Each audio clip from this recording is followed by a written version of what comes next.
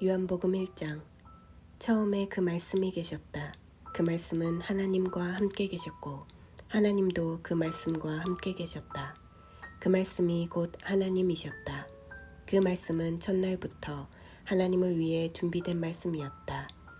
모든 것이 그분을 통해 창조되었다. 그분 없이 창조된 것은 단 하나도 없었다. 존재할 수 있도록 한 것은 바로 생명이었으니 그 생명은 삶을 유지하는 빛이었다.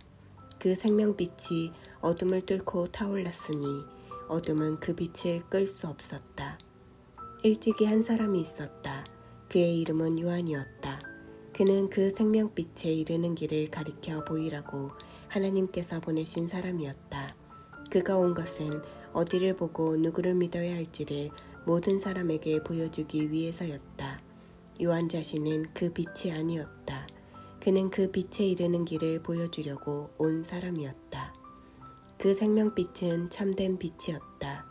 그분은 생명에 들어가는 사람 누구나 그 빛 속으로 데려가신다. 그분이 세상에 계셨고 세상이 그분을 통해 존재했지만 세상은 그분을 알아보지 못했다. 그분이 자기 백성에게 오셨지만 그들은 그분을 원치 않았다. 그러나 그분을 원했던 이들, 그분이 스스로 말씀하신 그분이며 말씀하신 대로 행하실 분이라고 믿은 이들은 누구나 그들의 참된 자아, 곧 하나님의 자녀가 되게 해주셨다. 이들은 피로 난 자도 아니고 육체로 난 자도 아니며 성관계로 난 자도 아닌 하나님에게서 난 사람들이다. 그 말씀이 살과 피가 되어 우리가 사는 곳에 오셨다. 우리는 그 영광을 두 눈으로 보았다. 단 하나뿐인 그 영광은 아버지 같고 아들 같아서 안팎으로 두루 충만하고 처음부터 끝까지 참된 영광이었다. 요한은 그분을 가리켜 외쳤다. 이분이 바로 그분이시다. 내가 전에 내 뒤에 오시지만 사실은 나보다 앞서 계신 분이라고 말한 것은 바로 이분을 두고 한 말이다. 그분은 언제나 나보다 먼저 계신 분, 늘 먼저 말씀하신 분이기 때문이다. 우리 모두는 그분의 충만한 은혜, 끊임없이 베푸시는 선물에 의지해 살아간다. 우리가 기본적인 것은 모세에게서 받았지만 이 풍성한 주고받음, 이 끝없는 암과 깨달음, 이 모든 것은 메시아 예수를 통해 받았다. 이제까지 하나님을 본 사람, 어렴풋하게라도 그분을 본 사람은 없었다. 아버지의 심장에 계신 분, 단 하나뿐인 하나님의 모습이신 그분께서 하나님을 대낮처럼 분명하게 드러내 보이셨다.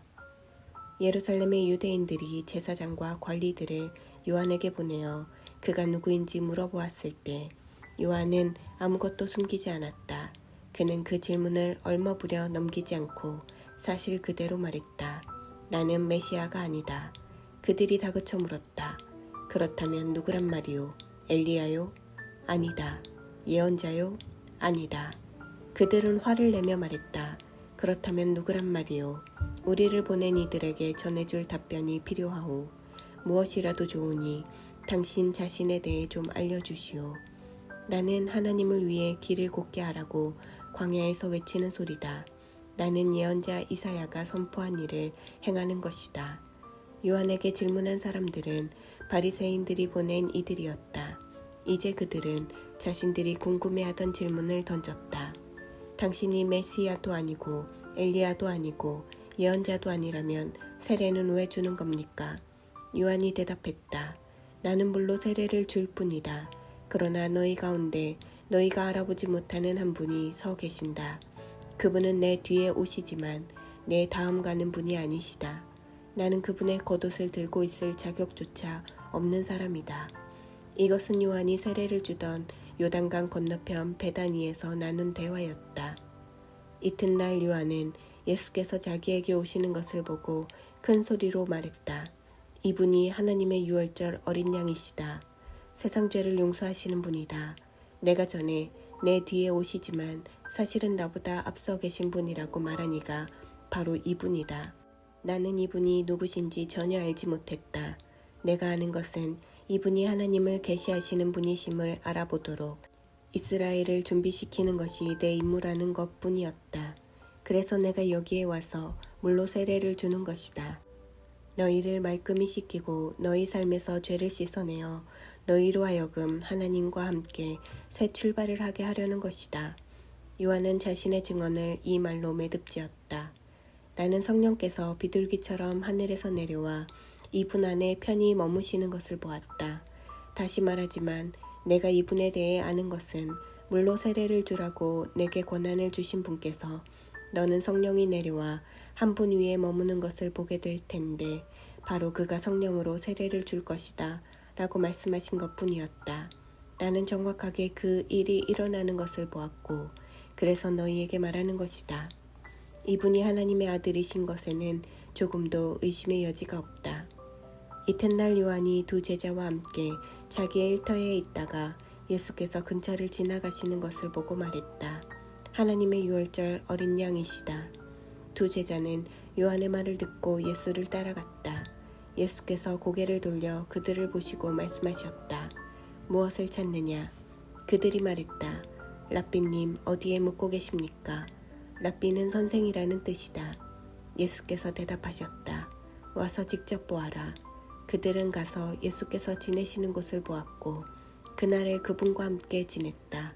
늦은 오후에 일어난 일이었다. 요한의 증언을 듣고 예수를 따라간 두 사람 중 하나는 시몬 베드로의 동생 안드레였다.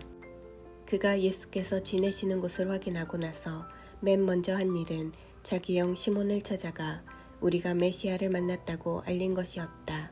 메시아는 곧 그리스도다.